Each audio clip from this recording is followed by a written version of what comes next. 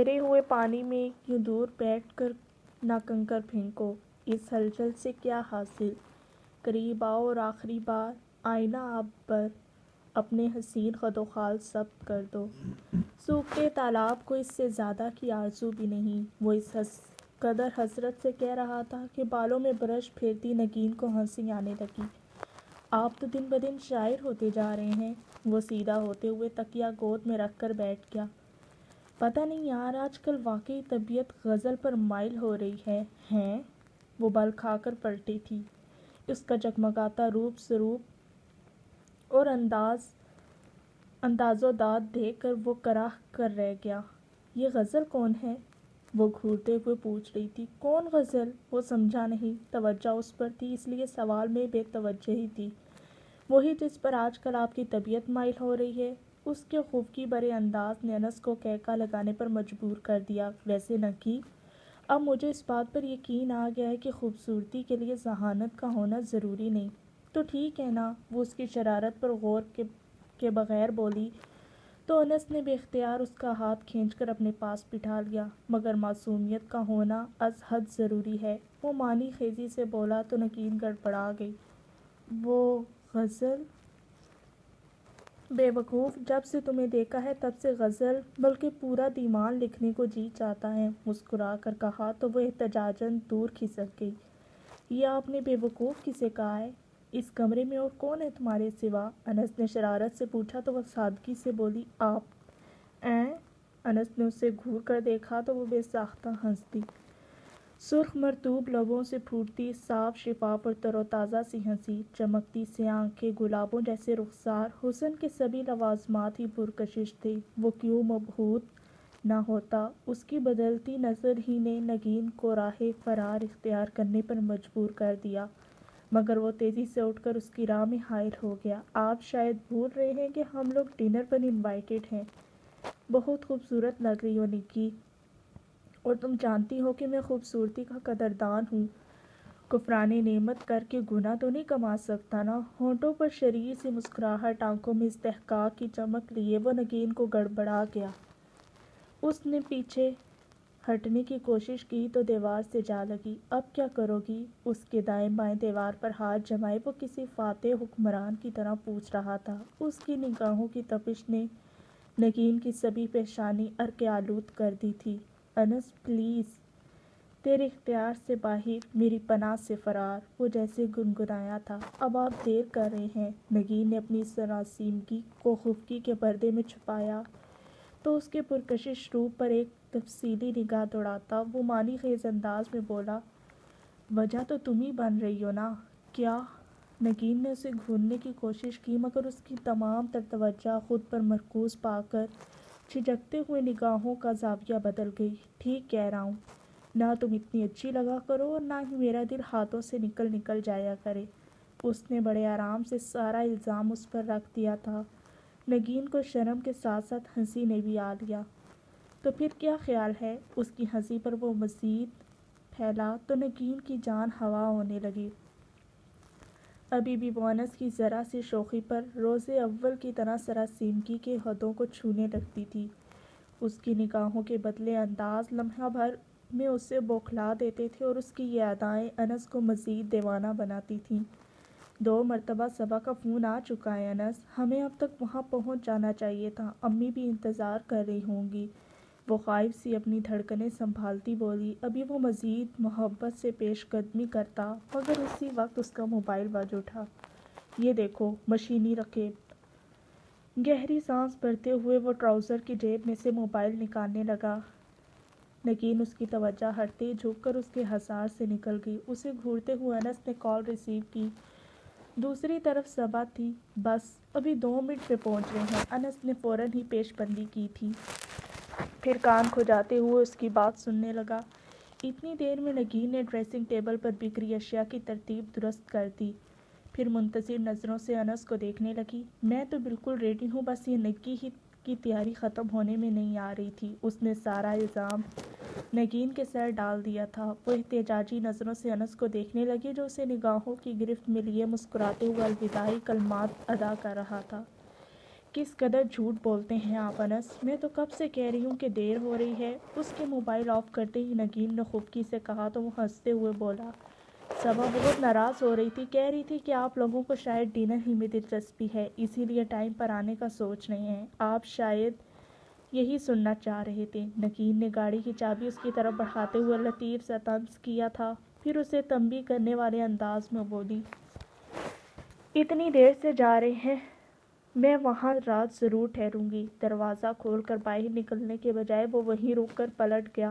نگین اپنی جھونک میں چلتی اس سے ٹکرائی تھی۔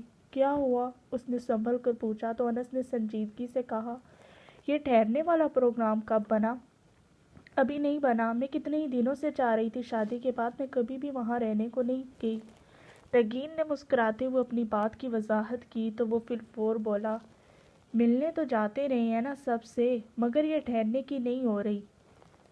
کیا ہو گیا انس؟ ایک دو روز کی تو بات ہے، امی کے پاس رکنے کو دل چاہتا ہے۔ وہ ابھی بھی مسکرا رہی تھی مگر انس یوں ہی سنجیدہ تھا۔ اور میرے پاس رکنے کو؟ اس کی بات پر وہ حیران ہوئی تھی۔ کیسی بات کر رہے ہیں آپ؟ اور کہاں رہنا ہے؟ مجھے ساری زندگی آپ ہی کے ساتھ تو بسر کرنی ہے، مگر ماں باپ کا گھر تو اپنی جگہ اہمیت رکھتا ہے، آپ کی اہمیت اپنی جگہ۔ اینی ویز تم واپسی پر میرے ساتھ آ رہی ہو، وہ اسی انداز میں کہتا ہوا پلٹ گیا تھا۔ نگین ناسمجھی کی کیفیت میں اس کے پیچھے باہر نکل آئی تھی۔ اتنی دیر کر دی انس، کیا کھانے کے ٹائم پر وہاں پہنچو گے؟ تائی جان اسے سرزنش کر رہی تھی۔ بس امی نکل رہے ہیں ہم۔ نگین بھی انہیں خدا حافظ کہتی انس کے ہمراہ باہر نکل آئی۔ انس کے ساتھ سفر کے دوران ہمیشہ ہی وہ بہت انجوائے کرتی تھی۔ اس کی شوخی، شرارت اور برجستگی ہنسی کو ہونٹوں سے جدا ہونے ہی نہیں دیتی تھی، مگر آج پہلی بار وہ بہت خاموش سی تھی۔ کیا بات ہے مسز؟ کیا زبان گھر میں ہی کہیں بھول آئی ہو؟ وہ اس کی خاموشی کا ماخذ جانتے ہوئے مسکرا کر پوچھ رہا تھا۔ ملیح چہرے پر چھائی سنجیدگی سے نگین کی خفگی بھانپنا قطعی مشکل امر نہیں تھا، اور ادھر وہ جیسے اسی انتظار میں تھی۔ ناراضگی سے بولی، مجھے نہیں پتا کہ آپ اتنے ظالم شوہر ثابت ہوں گے۔ اوہ ہو، یہ دفعہ کب عائد ہوئی مجھ پر؟ وہ جیسے حیران ہوا تھا۔ ابھی کچھ دیر پہلے اتنی سفاکی سے آپ نے مجھے امی کے ہاں رہنے سے منع کر دیا۔ وہ ہنوز اسی خفگی بھرے انداز میں کہہ رہی تھی۔ انس کو ہنسی آ گئی۔ سفاکی سے کب؟ اوکے، تم اب پیار سے بلکہ منت سماجت سے منع کر دیتا ہوں۔ آپ چاہے کسی بھی انداز میں منع کریں، سفاکی ہی کہلائے گی۔ اور اس سفاکی کے پیچھے جو پیار بلکہ عشق چھپا ہے اس کا کیا؟ وہ مسکراہٹ دباتے ہوئے پوچھ رہا تھا، مگر وہ یوں ہی سینے پر بازو لپیٹے خفا خفا سی ونڈو اسکرین کے پار دیکھتی رہی۔ تب وہ قدرے سنجیدگی سے بولا، اگر تم میری بات کو سمجھتی تو ناراض نہیں ہوتی۔ نگین نے تیکھی نظروں سے اسے دیکھا تھا۔ کیا بات تھی جو میں نہیں سمجھی؟ دل نے تجھے عادت ہی بنا ڈالا ہے جانا، تیرے بنا اپنا گزارا ہی نہیں ہے۔ وہ ہلکی سی سانس بھرتے ہوئے کچھ اس برجستگی سے بولا تھا کہ نگین سے اپنی سنجیدگی برقرار رکھنا محال ہونے لگا۔ یہ شعر تو وہ رٹو طوطے کی طرح بولتا تھا۔ کیا اب بھی مزید وضاحتوں کی ضرورت ہے؟ وہ اس کے چہرے پر پھیلتے رنگوں سے محسوس ہوتے ہوئے پوچھ رہا تھا، پھر اس کا ہاتھ تھام کر اسٹیئرنگ وہیل پر رکھ دیا۔ عموماً مرد اپنی بیویوں سے اپنے دلی جذبات چھپا کر رکھتے ہیں، شاید اس ڈر سے کہ وہ سر پر نہ چڑھ جائیں، مگر مجھے ایسا کچھ خوف لاحق نہیں۔ میں آج بھی تم سے کہتا ہوں اور کہتا رہوں گا، آئی لو یو سویٹ ہارٹ، اور میں تمہارے بغیر نہیں رہ سکتا، ایک دن بھی نہیں۔ وہ بڑے سنجیدہ اور دو ٹوک انداز میں کہتا، نگین کے دل کو تفاخر، طمانینت اور محبت سے بھر گیا۔ وہ سب تو ٹھیک ہے، لیکن اگر سگنل پر ٹریفک سارجنٹ نے یہ دیکھ لیا تو وہ ضرور چالان کر دے گا۔ مسکراتے ہوئے نگین نے اس کے مضبوط ہاتھ تلے دبے اپنے ہاتھ کی طرف اشارہ کیا تو وہ دوبدہ بولا، شادی کے بعد میاں بیوی کو مل کر گاڑی چلانی چاہیے، ایسا زندگی کی گاڑی کے متعلق کہا گیا ہے۔ نگین نے تصدیق کی تھی، ہم دونوں میں کچھ بھی تمہارا اور میرا نہیں، بلکہ سب کچھ ہمارا ہے۔ نگی، تم میری زندگی کی حصے دار ہو، اور یہ بات میں سارجنٹ کو بھی بتا دوں گا، بڑے جذباتی انداز میں کہتے ہوئے آخر میں وہ اس کی طرف دیکھ کر مسکرایا تو نگین نے اپنا ہاتھ اس کی گرفت سے کھینچ لیا۔ آپ تو آج ڈبل چالان کرانے کے موڈ میں ہیں، تم میرا موڈ سمجھنے لگو تو بات ہی کیا ہے۔ وہ ہلکی سی سانس کھینچتے ہوئے ذومانی انداز میں بولا تو اسے اپنی طرف متوجہ پا کر وہ ہمیشہ کی طرح جھیم سی گئی۔ پھر اس کا دھیان بٹانے کی خاطر بولی، سامنے دیکھ کر ڈرائیونگ کریں اور یہ سوچیں کہ گھر جا کر دیر سے آنے کی کیا وجہ پیش کریں گے۔ ڈونٹ وری، بہت سے بہانے ہیں میرے پاس۔ وہ اسے تسلی دیتے ہوئے بولا تو نگین نے فی الفور کہا، برائے مہربانی میرے والا بہانہ مت کریے گا، میں پورے ٹائم پر تیار ہوئی تھی۔ اوکے، کچھ اور؟ وہ فرمانبرداری سے بولا تو نگین نے مسکراہٹ دبا کر کہا، فی الحال اتنا ہی کافی ہے۔ ہاں فی الحال تو۔ اس کی مسکراہٹ گہری ہوئی تو اس کی شرارت بھانپ کر ہنستے ہوئے نگین سمٹ کر دروازے سے لگ کر بیٹھ گئی۔ اس کے انداز پر انس بھی محسوس ہو کر ہنس دیا۔ چھوٹی سی غلط فہمی کر دے کہ جدا ہم کو، حالات نہ بدلیں گے معلوم نہ تھا ہم کو، رشتوں کی ہمیں پہچان نہ تھی اتنی، کہنے کو مراسم بھی اپنے تھے بہت گہرے۔ کچن کا سارا کام نپٹانے کے بعد، انس سے فون پر بات کر کے صالحہ بیگم کو بتانے کے بعد وہ اپنا کمرہ سمیٹنے کے ساتھ ساتھ ہلکے سے میوزک سے بھی لطف اندوز ہو رہی تھی۔ شاعری سے قطع نظر اس کا دھیان صرف روحم کی طرف تھا، مگر درد اسی کو شدید ہوتا ہے جسے چوٹ لگتی ہے۔ تبھی تو کمرے میں داخل ہوتے نوفل کا دھیان غزل کے لفظوں میں اٹکا تھا۔ بیڈ شیٹ کی سلوٹیں دور کر کے وہ سیدھی ہوئی تو سامنے ایستادہ نوفل احمد کا منجمد سا انداز لہجہ بھر کو اسے ٹھٹکا گیا، مگر اگلے ہی پل اس نے بھرپور لاپرواہی کا لبادہ اوڑھتے ہوئے خود کو اس کی موجودگی سے یکسر بے نیاز ظاہر کیا تھا۔ ڈریسنگ ٹیبل کے سامنے جا کھڑی ہوئی اور نوفل احمد اتنا بے وقوف تو نہیں تھا کہ اس کا ٹھٹکنا اور پھر سنبھلنا محسوس نہ کر پاتا۔ یوں بھی صبا کے معاملے میں اس کی حسیات کچھ زیادہ ہی تیز تھی۔ معتدل قدموں سے چلتے ہوئے جا کر اس نے سی ڈی پلیئر آف کر دیا تھا۔ وہ آئینے کے سامنے کھڑی کانوں میں ٹاپس پہن رہی تھی۔ میوزک بند ہوتے ہی اس کی طرف متوجہ ہوگی، پھر جیسے یاد دہانی کراتے ہوئے بولی، یہ میوزک میں نے اپنے لیے لگایا تھا، اس وقت میں بھی کمرے میں موجود ہوں۔ نوفل نے سرد مہری سے کہا تھا، آپ شاید بھول رہے ہیں کہ اس کمرے میں میرا بھی حق ہے۔ اس کے جتلانے والے انداز پر تکیے کے نیچے سے اپنا والیٹ اور رسٹ واچ نکالتا وہ سرد نگاہوں سے اسے دیکھنے لگا۔ رسٹ کلر لباس میں ملبوس، معمول سے ہٹ کر وہ بہت نڈر اور پر اعتماد انداز لیے واقعی نوفل کو چونکا گئی تھی۔ Very well. والیٹ ٹراؤزر کی جیب میں رکھنے کے بعد کلائی پر گھڑی باندھتے ہوئے وہ بہت معطل انداز میں اسے سراہتے ہوئے گویا ہوا تھا، اور کون کون سے حقوق ہیں آپ کے؟ ایک ہی بار وضاحت کر دیں تاکہ آئندہ مجھ سے کوئی غلطی نہ ہو اور آپ کے حقوق کی ادائیگی اچھی طرح ہو سکے۔ اس کا طنز بہت ذومانیت لیے ہوئے تھا، تبھی تو صبا کا روم روم سلگنے لگا تھا، مگر وہ نوفل احمد کے سامنے کمزور نہیں پڑی۔ طنزاً بولی، پہلے اپنے فرائض تو پہچان لیجیے، حقوق کی ادائیگی کی باری تو بہت بعد میں آتی ہے۔ وہ مضبوط قدموں سے چلتا اس کے سامنے آ کھڑا ہوا، اتنے قریب کہ صبا اس کے وجود سے اٹھتی آفٹر شیو لوشن کی مہک کو بھی اچھی طرح محسوس کر سکتی تھی۔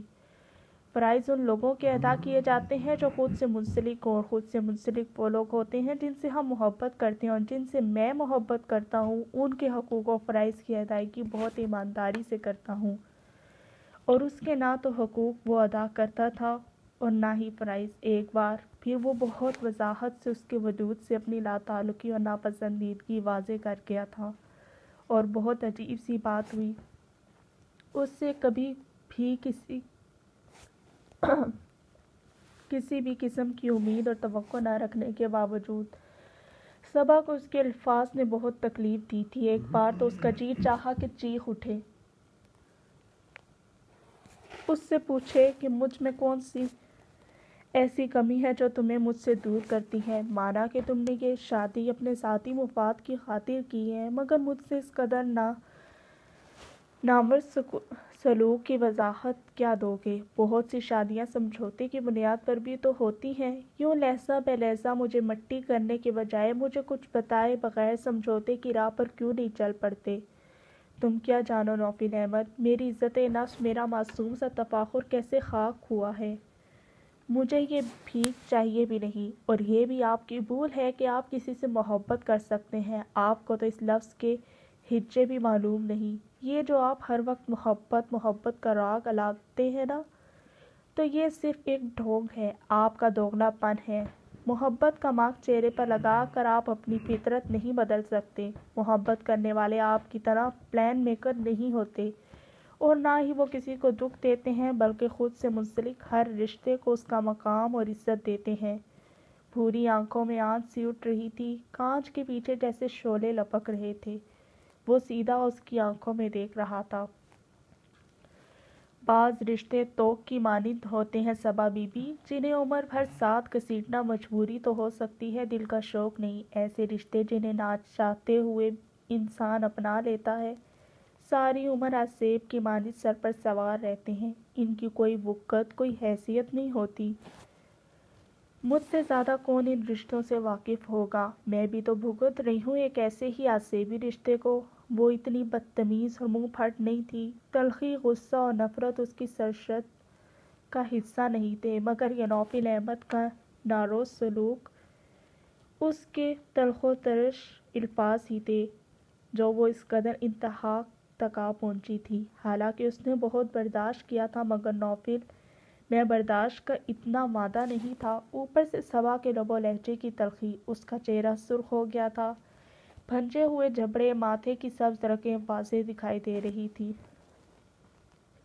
تو کیوں بھگت رہی ہیں؟ اتار کر پھینک کیوں نہیں دیتی اس طوق کو؟ اس کے لہجے کی سرسراہٹ صبا کو جھنجھنا کر رکھی۔ وہ بے اختیار 2 قدم پیچھے ہٹی تھی۔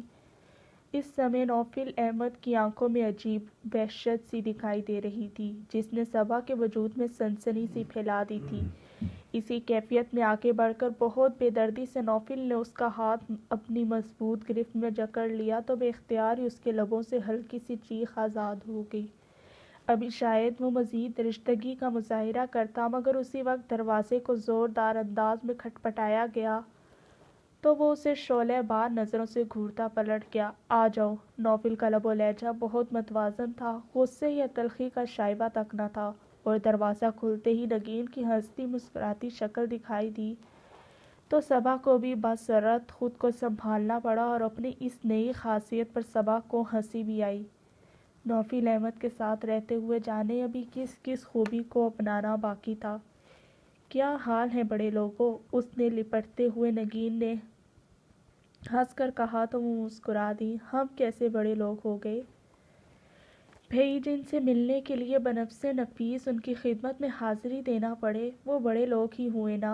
وہ نوفل کے بیجا مصروفیت پر طنز کر رہی تھی۔ اتنے دنوں کے بعد آئی ہو، اور آتے ہی شکوے شکایات کا دفتر کھول دیا۔ انس نے کہا ہے۔ انس کہاں ہے؟ نوفل نے اس سے ڈپٹتے ہوئے پوچھا تو وہ بولی، وہ بھی امی کے پاس بیٹھے آپ ہی کی طرح اپنی مصروفیت گنوا رہے ہیں۔ ایک تو تم خواتین میں شک کا مادہ بہت زیادہ ہوتا ہے، منٹوں میں شوہر کو کٹہرے میں کھینچ لیتی ہو۔ وہ ہنس کر کہتا۔ انس سے ملنے کے خیال سے نکل گیا تو نگین نے 2 قدم پیچھے ہٹ کر ناقدانہ نظروں سے اس کا سر سے پاؤں تک جائزہ لیا تھا۔ کیا دیکھ رہی ہو؟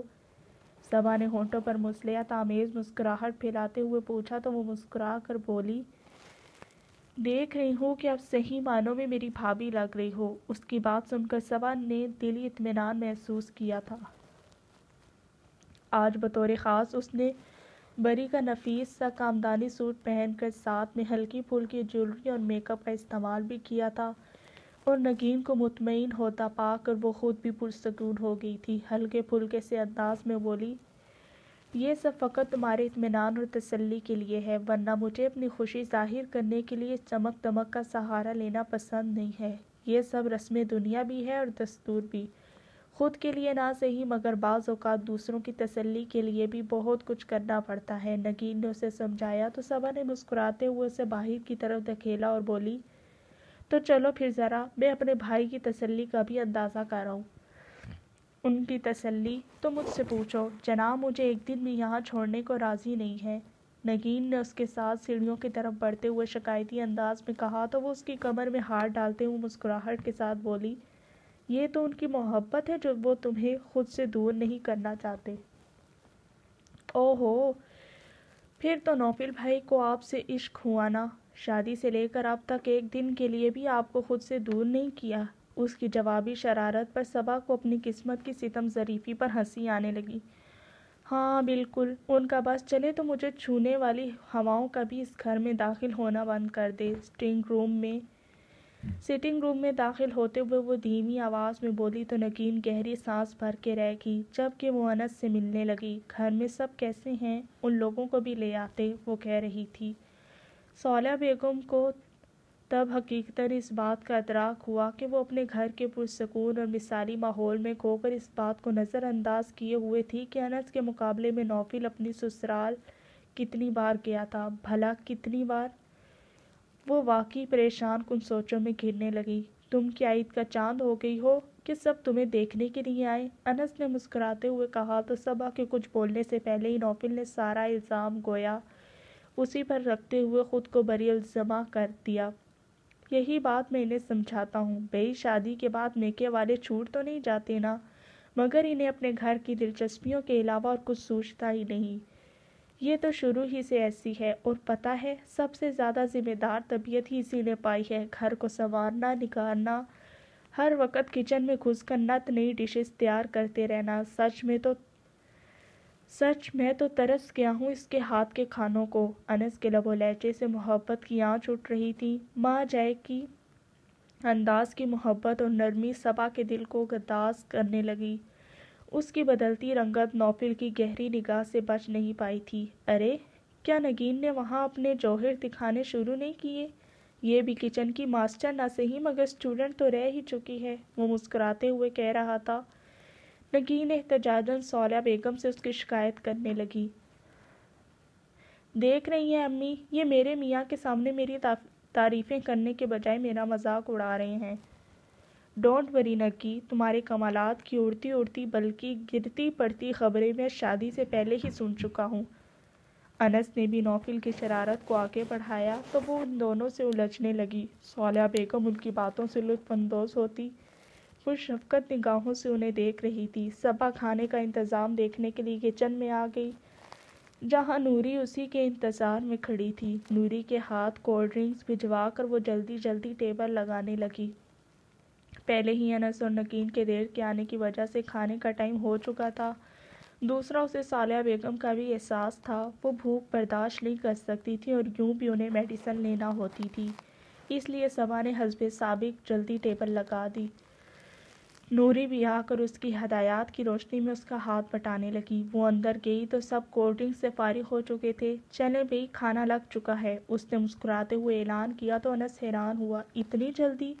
بیٹھو یار، تھوڑی دیر باتیں تو کر لیں۔ جی نہیں، پہلے ہی آپ لوگ اتنی دیر کر چکے ہیں، ماما کی تو میڈیسن کا بھی ٹائم ہو رہا ہے، باتیں کھانے کے بعد بھی ہو جائیں گی، وہ صالحہ بیگم کی ویل چیئر کی پشت پر ہاتھ رکھتے ہوئے بشاشت بھرے لہجے میں کہہ رہی تھی۔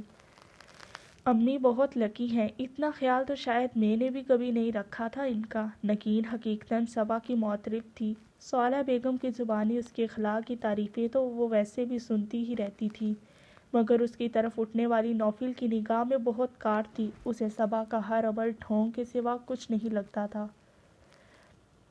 یہ بھی ساس کو قابو میں کرنے کا ایک حربہ ہے، یعنی ہیڈ آف دی ڈپارٹمنٹ۔ اب سوچ لو بدلے میں انہیں کتنا فائدہ ہوگا۔ اس کا انداز بہت سادہ اور لہجہ مسکراہٹ لیے ہوئے تھا۔ سب نے ہنس کر سنا مگر صبا کے تو دل میں تیر سا گڑ گیا۔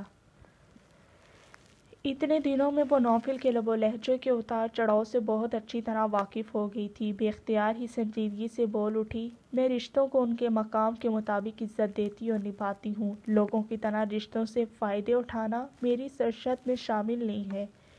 نوفل کی اس کی طرف اٹھنے والی نگاہ بہت بے ساختہ اور سرد تھی۔ طنز کرنا بہت آسان مگر اس کا جواب اپنی ذات پر سہنا بہت مشکل ہوتا ہے، اور نوفل احمد تو ہمیشہ سے اپنی ذات کو سینت کر رکھنے کا عادی رہا تھا۔ کسی سے کبھی ایسے روابط رہے ہی کہاں تھے کہ اس طرح کے جملے بازی سہتا۔ اسی وجہ سے صبا کا بھرپور طنز اسے بہت شدت سے محسوس ہوا تھا۔ دوسری طرف صبا کو اس کی سمٹتی مسکراہٹ نے بہت سکون پہنچایا تھا۔ کھانے کے بعد چائے کا دور چلا تھا۔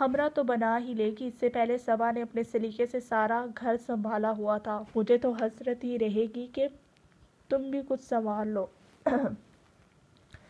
ایک چائے بنا لینے سے کیا سنور جائے گا بھلا؟ تمہاری زندگی تو سنور ہی جائے گی، وہ چڑ کر بولی تو زوہا جیسے دفتن ہی ان کی ناراضگی کا مطلب پا گئی۔ میں جیسی ہوں ویسے ہی بہت اچھی ہوں، میرا یوں بھی بہت اچھا گزارا ہو جائے گا، وہ تیکھے لہجے میں بولی تھی۔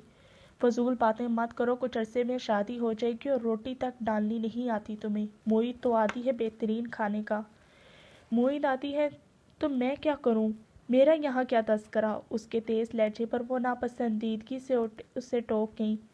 تمہیں ان سب باتوں کا پتہ ہونا چاہیے کہ موید کو کیا پسند ہے اور کیا نہیں، اس سے رشتہ طے ہو رہا ہے تمہارا۔ مجھے اس کے متعلق یہ حساب کتاب رکھنے کی کوئی ضرورت نہیں، اور آپ لوگ بھی خواہ مخواہ رشتوں کا جوڑ توڑ مت کریں۔ میں جیسی بھی ہوں اچھی ہوں، کسی کے لیے بدل نہیں جاؤں گی۔ اس کے سامنے بیٹھتے ہوئے وہ غصے سے بھرے انداز میں بولی، کیا مطلب ہے تمہارا؟ کون سے خواہ مخواہ کے رشتے ہیں؟ آپ کو کم از کم اس سے پوچھ تو لینا چاہیے تھا، وہ بھی ناگواری سے کہہ رہی تھی۔ چچی جان کو زوہا کی غیر ذمہ دارانہ گفتگو ہمیشہ ہی ناپسند رہی تھی، مگر اس وقت انہوں نے بامشکل تحمل کا مظاہرہ کیا تھا۔ اس سے پہلے کون سے کام تمہارے مشوروں سے ہو رہے تھے جو اس اہم معاملے میں تمہارا مشورہ ضروری تھا؟ اور پھر تمہیں کیا اعتراض ہے؟ کیوں؟ مجھے کون سا مسٹر پرفیکٹ سے بیاہ رہے ہیں آپ لوگ کہ مجھے کوئی اعتراض نہیں ہوگا؟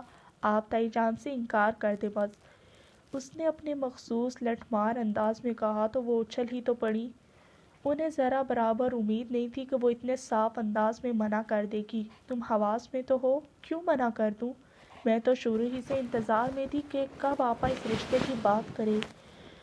ان کی بات نے زوہا کو سرتاپا سلگا دیا تھا۔ ایسے کون سے ہیرے جڑے ہیں اس میں، یا میں ہی اتنی فالتو ہوں کہ آپ اس شخص کے رشتے کے انتظار میں دن گن رہی تھیں؟ وہ چٹک کر بولی۔ بکو مت، انہوں نے اسے جھاڑ دیا تھا۔ خاندان کا بہترین لڑکا ہے موید، سب گھروں میں اس کی طبیعت اور کردار کی مثال دی جاتی ہے، کوئی ایک خامی بھی ہم لوگوں نے نہیں دیکھی۔ تم نے دیکھی ہو تو کہو۔ اور بی بی ہیرے تو تم میں بھی نہیں جڑے۔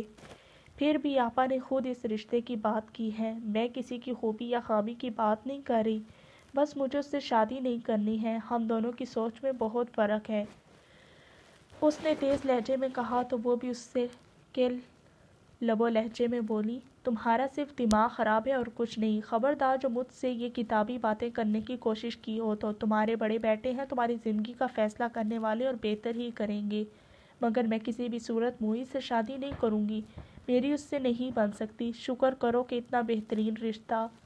انہوں نے غصے سے کہنا چاہا تو وہ ان کی بات کاٹ کر تلخی سے بولی، اسی لیے تو کہہ رہی ہوں کہ اتنے بہترین شخص کے لیے کوئی بہترین لڑکی ڈھونڈے، یہی سمجھ لے کہ میں اس کے قابل نہیں ہوں، بس اب چپ رہو، تمہارا تو دماغ خراب ہو گیا اور کچھ نہیں۔ وہ چڑ گئی تھی، انہیں زوہا کی باتیں بے وقوفی کے سوا اور کچھ بھی نہیں لگ رہی تھی۔ میں یوں ہی نہیں کہہ رہی امی، یہ واقعی سچ ہے، آپ موید سے پوچھ لیں، وہ اس سے تائی جان کی فرمانبرداری میں اس رشتے پر حامی بھر رہا ہے۔ ہم دونوں کے خیالات میں بلکہ ہر بات میں زمین آسمان کا فرق ہے۔ وہ زچ ہو گئی تھی، اس کا خیال تھا کہ امی کچھ سوچنے پر مجبور ہو جائیں گی، مگر ادھر تو لگ رہا تھا کہ وہ جانے کب سے اس رشتے کی راہ تک رہی تھی۔ اس میں ایسی کون سی نئی بات ہے؟ میاں بیوی کے درمیان آہستہ آہستہ ہی ایک دوسرے کو جاننے اور سمجھنے کا عمل وقوع پذیر ہوتا ہے، نہ کہ خدا اوپر ہی سے ذہنی مطابقت کر کے بھیجتا ہے۔ تم دونوں تو پھر بھی کزنز ہو، بالکل انجان فریقوں میں بھی شادی کے بعد اس قدر ذہنی مطابقت دیکھی گئی ہے کہ یقین نہیں آتا، وہ اٹل انداز میں کہہ رہی تھی۔ زوہا کو اب رونا آنے لگا، بھلا وہ موید سے شادی کر سکتی تھی؟ اس سے زیادہ ذلت و اہانت کی اور کون سی بات ہوتی؟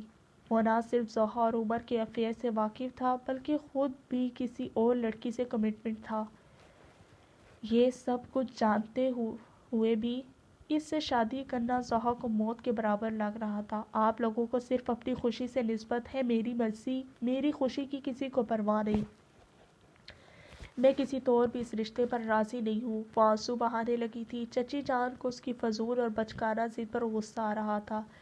ہم اس لیے خوش ہیں کیونکہ جانتے ہیں کہ تم بھی موید کے ساتھ بہت خوش رہو گی، سب تمہاری پرواہ کرتے ہیں، تمہاری خوشی کا احساس رکھتے ہیں، اسی لیے تمہارے لیے بہترین فیصلہ کر رہے ہیں۔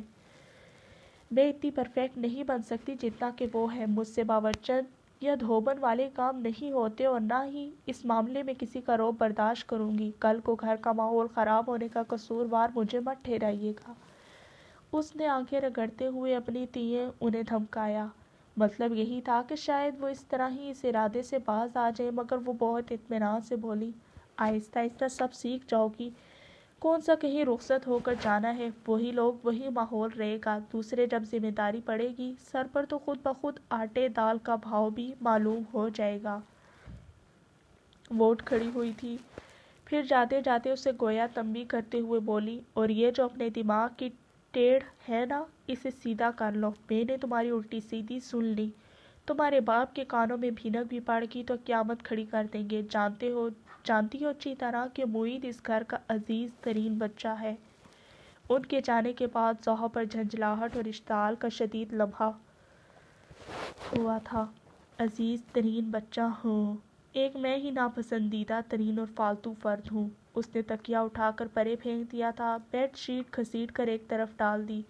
اس پر بھی غصہ کم نہیں ہوا تو غم و غصے کے مارے اٹھ کر ٹہلنے لگی. وہ تو جیسے نواب زادہ ہے، ہر شے اس کی من پسند، اس کی مرضی کے مطابق، ہر کریڈٹ اس کے کھاتے میں. چاہے میں اپنے جذبات و احساسات پر پتھر رکھ کر اپنی تمام عمر کی خوشیوں کی قربانی دے کر ہی کیوں نہ اس شادی پر حامی بھروں. کل کو یہی کہا جائے گا معید حسن نے ضحیٰ جیسی پھوڑ لڑکی سے شادی کر کر اس پہ احسان کیا ہے، اس کے والدین کی لاج رکھی ہے. وہ کیا کہتے ہیں کہ دکھ سہی بھی فاختہ اور انڈے کھائیں کو بے میاں. مگر میں ایسا کبھی ہونے نہیں دوں گی معید حسن. تمہارا یہ حبیب بچہ والا امیج تہس نہس کر دوں گی. ابھی تمہارا ضحیٰ میر سے واسطہ نہیں پڑا. تمہاری ساری فرمانبرداری دھری کی دھری نہ رہے گی تو میرا نام بھی ضحیٰ میر نہیں. وہ بڑے محکمانہ انداز میں سوچ رہی تھی.